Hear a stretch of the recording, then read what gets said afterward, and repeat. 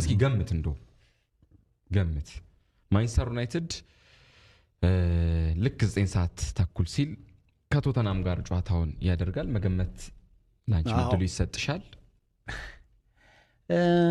እንደው የሆነ መጥፎ ነገር ከተከሰተና ቡድኑ ያው አዲስ አሰልጣኝ ሲመጣ መጀመሪያ 4 ጨዋታ ያሸንፋልና ያሸንፋልና ይሄ ደንብ ነው ቴናግም ሲመጡ ከዛ የስፖርት ሶልሻየርም ይያለ የመጀመሪያውን 4 ጨዋታ ደንብ ነው አሞሪም እንደዛ እሳቸውም ይያሉ ከዛ ነው እውነት እስካሁን ከነበረው ነገር ይለያል ላይለይ የሚለውንም የነገው ጨዋታ ይወስናል 3ቱን አሸንፏል እስካሁን ዩናይትድ ዩናይትድ 3ቱን አሸንፏል ተከታታይ 3 ጨዋታዎች አሸንፏል ዋው ስለዚህ እስኪ ነገ የተለመደው ዩናይትድ ነው ወይንስ እውነትም ካሪክ ቀይሮታል የሚለውን ምናይበት ይመስለኛል እኔ ግን እኩል ይወጣሉ ብዬ ነው መገመተው እሺ መገመት ይችላልሽ ዩናይትድ ማሸነፍ ይመስለኛል እሺ እኔም እንደሷን ዩናይትድ ያሸንፋል ብራንዱ ክለብ በደንብ አድርጎ ዶሮዋን የሚገነጣጥላት ይመስለኛል ሶፊ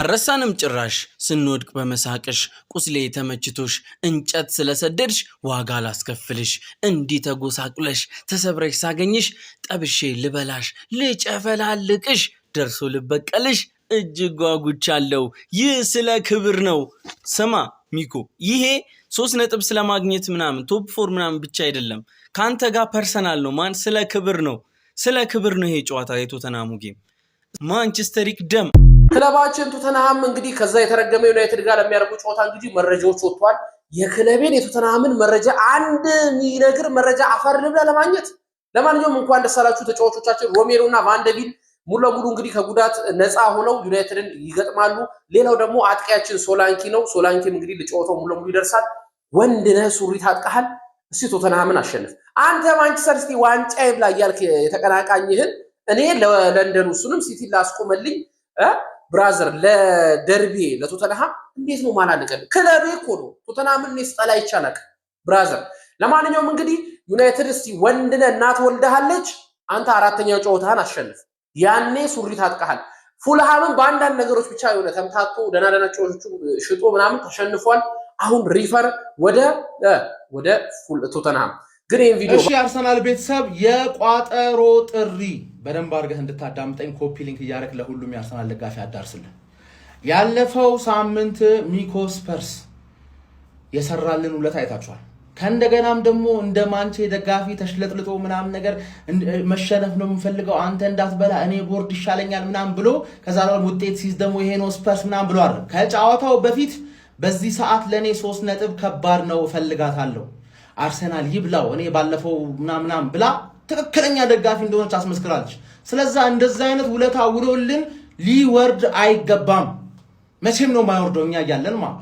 ስለዚህ አመቱን ሙሉ ያርሰናል ደጋፊ ልክ እንደ ራስህ ክለብ ገባርለ ለስፐርስ ቋጥረህ ሚኮስፐርስ ሊወርድ አይገባም ገባችሁ አይደል እዛ እንግሊዝ ያሉት ይባሉ ማን ምን አገባን እኛ የበደለን የስፐርስ ደጋፊ ነው ገባርለ እኛ የበደለን የትርፌ ደጋፊ ነው ገባርለ እና ነገ ቋጠሯችን ሀ ብለን እንጀምራለን ሚኮስፐርስ ማን ዩናይትድን ስታረግማ እስካሁን 3-2 እየጠፋ አስቸገሩን እንኳን አሳበዱን እኮ በእናትህ ሚኮ ነገ ታሸንፋለች ደስተኛ ትሆናለች አመቱ ሙሉ ይቀጥላል እንደዛ አይነት ውለታ ውለሽልንማ እኛን ከላሽ ሚኮይ ገባሽ አይደለ ነጭ ለብሰ ነው ነገር ራሱን መጣው ማለት ሲሉ ሰምታ ዶሮ ታንቃ ሞተች አለ አንቺ ዶሮ በቃ የወያላን ቋጠሮ ተማምነሽ ከኔ ጋር ከስላንቲያ ስማ ከጎረቤት ተማራባቲ ከፉላ ወያላው ለራሱ ማሉንም እንኳን ላንተ ሊሆን ቀርቶ ለራሱ ማሉንም አባቲ አሁን በባምዳስ ያጠነ ኢቨንት ተዘጋጅቷል ዶሮ ታርዳለች ግን አርስቶ ይሁን ወይስ ዶሮ ወጥ ይሁን ሚለው ነገር የእናንተ ውሳኔ ነው እንግዲህ መቅረት አይቻልም የበቀል ሳምንት በቀል በህይወታችን ጠባሳ ጥለውብን ካለፉ ክለቦች መካከል ዋነኛው ግንባር ቀደሙ ማን ነው ቶትንሃም መቼም ማንረሳው ጠባሳ ግንባራችን ላይ እናም ጋይስ እሁድ የበቀል ቀን ነው በአንድ ጎል በሁለት ጎል አይደለም በብዙ ጎሎች አሸንፈን ደም በደም አርገን ነው መሸኘት ያለብን ወደ ለንደን ሲመለሱ ደም ተላብሶ ነው መመለስ ያለባቸው እኛ በላ ነው ብለን የፎከርንበት የጨፈርንበት ዋንጫ ነው ከአፋችን አውጥቶ የቀሙን። እናም ቶትናም በጉዳት የታመሰ ነው። በአንድ ጎል ወይም በሁለት ጎል አይደለም። ካሪክ ትልቅ ኃላፊነት ነው የምንሰጥክ። ትልቅ በቀል ልትበቀል እንፈልጋለን። ወደ ለንደን ሲመለሱ 5 እና 6 ጎል ተሸክሞ መመለስ ያለባቸው። እናም ጋይስ ካሪክ የእሁዱን ጨዋታ ትልቅ በቀል ትልቅ አደራ ሰጥተንክ ነው የምትጮተው። እንደ ሌላ ቲም እንደ ፉልሃም በአንድ ጎል፣ እንደ አርሰናል በአንድ ጎል፣ እንደ ሲቲ በአንድ ጎል በፍጹም አይሆንም። በፍጹም የቶትናም የከፋ መሆን አለበት። ትልቅ ጠባሳ ነው ጥለውብን ያለፉት። እንዲሁም ዘንድሮ ከዋንጫ እንድንወጣ ካረጉን ክለቦች መካከል አቻ የወጣው ቶትናሃም ነው። እናም ብዙ በቀሎች አሉብን። እናም ቶትናሃም ላይ ትልቅ በቀል መበቀል አለብን። ዳይ ወደ በቀል። ሰላም እንዴት ናችሁ? የሀያሉ ክለብ የማንቼ ደጋፊዎች፣ ሌላው ጥጉን ያዝ ማለት ነው። ዶሮዋንም ጨምሮ ነገ ዶሮዋን በዚህ ሰዓት በላልቼ የበለኋት ነው። እበላታለሁ ነገ። የዛሬ ዓመት ነው ማስከፍላት። የዛሬ ዓመት 4 ጊዜ ለጠለጠችኝ። ዘንድሮ ሰብሰብ አድርጌ ነገ ይሄ ጨዋታ በዚህ ሰዓት እንደዚህ ነው የሚሆነው። እንደዚህ ሚኮስፐርስ እንዳትቀየመኝ ወንድሜ፣ አስቀይምሃለሁ ነገ እንዳትቀየመኝ። 9 ሰዓት ተኩል ጀምረን ማለት ነው። እንደሙላለት ሰው ነጭ ለብሳችኋል። መልእክት አለው። ምንድነው? ስፐርስን መስለን የመጣን ነገ ይኸውላችሁ ወያላ ነው ለከተማ ለጥቅማችን ነው። ጌታችን ስሚዮሽ ዩሮፓ ሊግ ላይ መጀመሪያ ኢቬንትሽ ላይ ሲያቀልስ የአይንማኝ አለ ከነ መነጽሩ አቢ መስየላችሁ ማለት ነው።